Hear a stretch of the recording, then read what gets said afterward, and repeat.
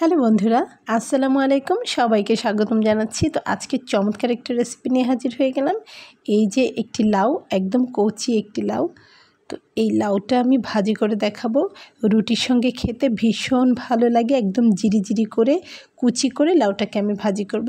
তো লাউটার গায়ে কিন্তু এই যে কাটা কাটা রয়েছে। এই যে আমি একটু দেখিয়ে দিচ্ছি, কিনে নিয়ে আসছি যখন তখন একদম এরকম গায়ে কাটা কাটা এবং পানি পানি রয়েছে। তো আশা করছি লাউটা একদমই কচি হবে, কারণ এর ভেতরে এখনও ঢুকিনি। কিন্তু দেখুন উপরটাতে যে আমি একটু হাত ঘষে দেখালাম।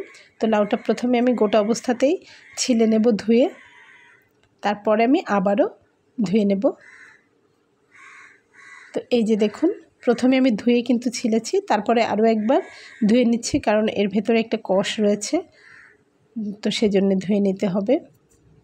খুব ভালো করে ধুয়ে নিচ্ছি। আর আমি এখানে গ্রেটার দিয়ে কুচি করব।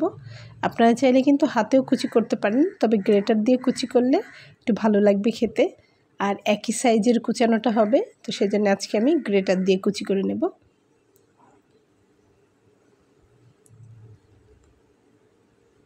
তো দেখুন খুব ভালোভাবেই কিন্তু ধুয়ে নিয়েছি, আর ধোয়া লাগবে না। এই যে হয়ে গেছে। পানিটা একটু উপর থেকে এভাবে ছড়িয়ে দিয়ে তুলে নিলেই হবে।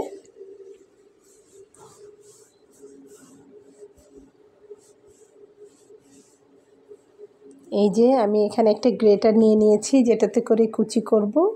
অনেক পুরাতন এই গ্রেটারটা, এখন আরও অনেক আধুনিক গ্রেটার বেরিয়েছে। তো আমি এটা দিয়ে কাজ চালিয়ে নিই, হয়ে যায়। প্রচুর ধার রয়েছে, আগের জিনিসগুলো একটু বেশি ভালো। এই যে দেখুন একদম একই লেভেলের কুচি কুচি করে। আর আমি এটা স্ট্রেনারেই রেখেছি, কারণ এক্সট্রা পানিটা যাতে বেরিয়ে যেতে পারে। আর মশলা হিসাবে এখানে নিয়ে নিয়েছি পেঁয়াজ কুচি করে নেওয়া, রসুন কুচি করে নেওয়া, আর নিয়েছি শুকনো মরিচ। তো শুকনো মরিচটা দিয়েই আমি ফোড়ন দেব, আর শুকনো মরিচটা ভেঙেই আমি এর ভেতরে দিয়ে নেব। কাঁচামরিচ আমি এখানে ইউজ করব না। আপনারা চাইলে এক গাদা কাঁচামরিচও দিয়ে নিতে পারবেন, সব অবস্থাতেই ভালো লাগবে। এই যে চুলাতে একটি ফ্রাই প্যান দিয়ে সেটা গরম হয়ে গেছে, তাতে আমি তেল দিয়ে নিলাম। প্রথমে তেলটা গরম হয়ে গেলে শুকনো মরিচগুলোকে ভেজে নেব।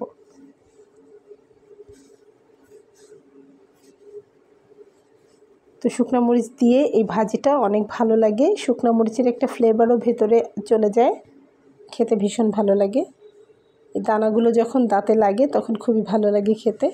তো ঝালটা আমি এক সাইডে ঝরিয়ে রাখার জন্য দিয়েছি, তেলটা ঝরে যাক। তারপরে আমি এখানে দিয়ে নিচ্ছি গোটা জিরা, হাফ চা চামচ পরিমাণ গোটা জিরা আমি এখানে দিয়ে নিয়েছি।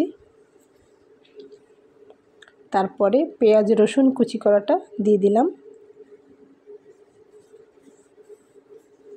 একটু নেড়ে চেড়ে খুব ভালোভাবে মিলিয়ে নেব, আর ঝালটা সাইডেই থাকবে, ওটা আমি তুলে ফেলবো। ঝালের যে ফ্লেভার সেটা কিন্তু তেলের সঙ্গে চলেই আসছে। তো এখন পেঁয়াজের সঙ্গে এটা ভেজে নিলে মুচমুচে থাকবে না, তো সেই কারণেই সাইড থেকে তুলে নিয়ে নেব। যে তারপরে আমি এখানে কুচি করে রাখা লাউগুলো একে একে দিয়ে নিচ্ছি।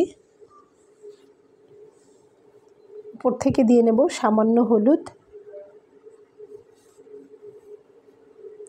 দিয়ে নেব স্বাদ অনুযায়ী লবণ। লবণটা প্রথমে কম করে দিবেন, চাইলে কিন্তু পরে আরও দিয়ে নেওয়া যাবে চেখে দেখে।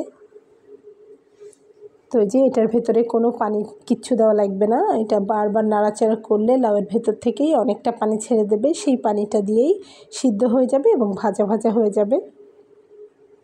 তো এই যে দেখুন আমার লাউটা কিন্তু একদম ভাজা ভাজা হয়ে গেছে। আর শুকনো মরিচটা এই যে আমি ভেঙে দিয়েছি, এর ভেতরে যে দেখা